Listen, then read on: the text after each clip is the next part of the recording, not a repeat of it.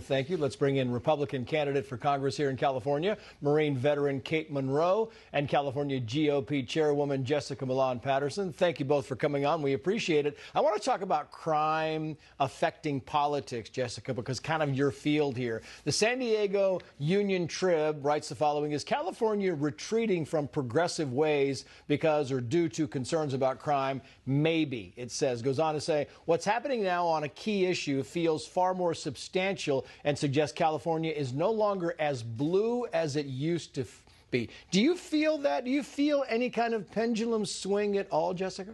Poll after poll, we see that crime continues to be a huge issue here in California. After over a decade of these radical, regressive policies that California Democrats have championed, we are seeing the effects of it.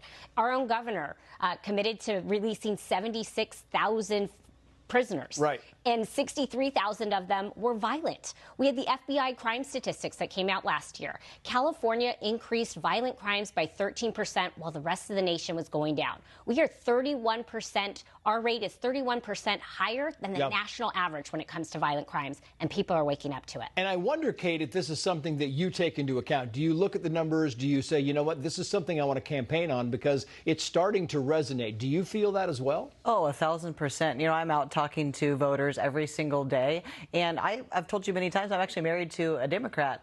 He is sick and tired of the drugs, lawlessness, the homelessness. He is absolutely appalled by what Governor Newsom has allowed here in our state, and certainly what this administration allowed across the country. I mean, everything in your local CVS, all these big box stores is locked up. You wonder why Amazon's taking down businesses because of crime. Yeah, it's very true. Had we known he was a Democrat, we would have asked security to come, but he's totally fine. Yes. No, kidding. California voters overwhelmingly say the U.S. border is not secure. FoxNews.com.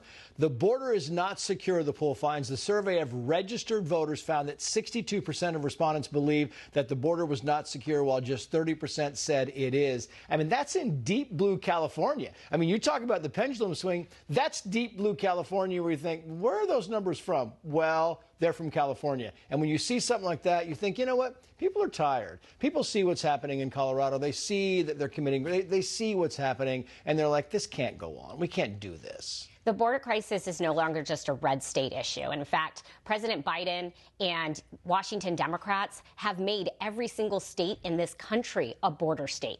When you see Democrat mayors like in Chicago and New York City that are buckling to the pressures of the migrants that are coming to their cities, you know that it's a huge issue.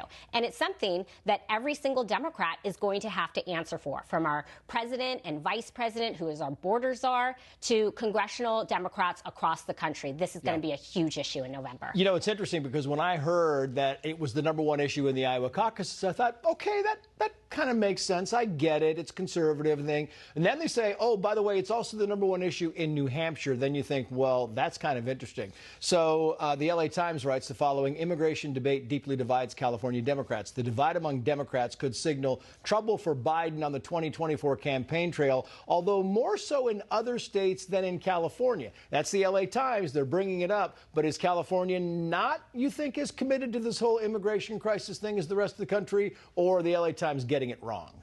Oh, I think that our state is definitely committed to this crisis. I mean, like I said, I talk to people every single day, and I deal with veterans. And I can tell you, in the largest veteran population in the country, they are sick and tired of being deprioritized to migrants. They would love if we declared a state of emergency, called up the National Guard to the border while we build the wall. I mean, people are very dedicated to this here in our state, and I don't think it matters what side of the aisle they're on. Yeah, I talked to a vet who the same day they came out and said, you know, getting 700,000 illegal immigrants health care. He's like 2.5 months to get in and see a primary care, and he said it's untenable. We can't go on like this. Jessica, Kate, thank you both.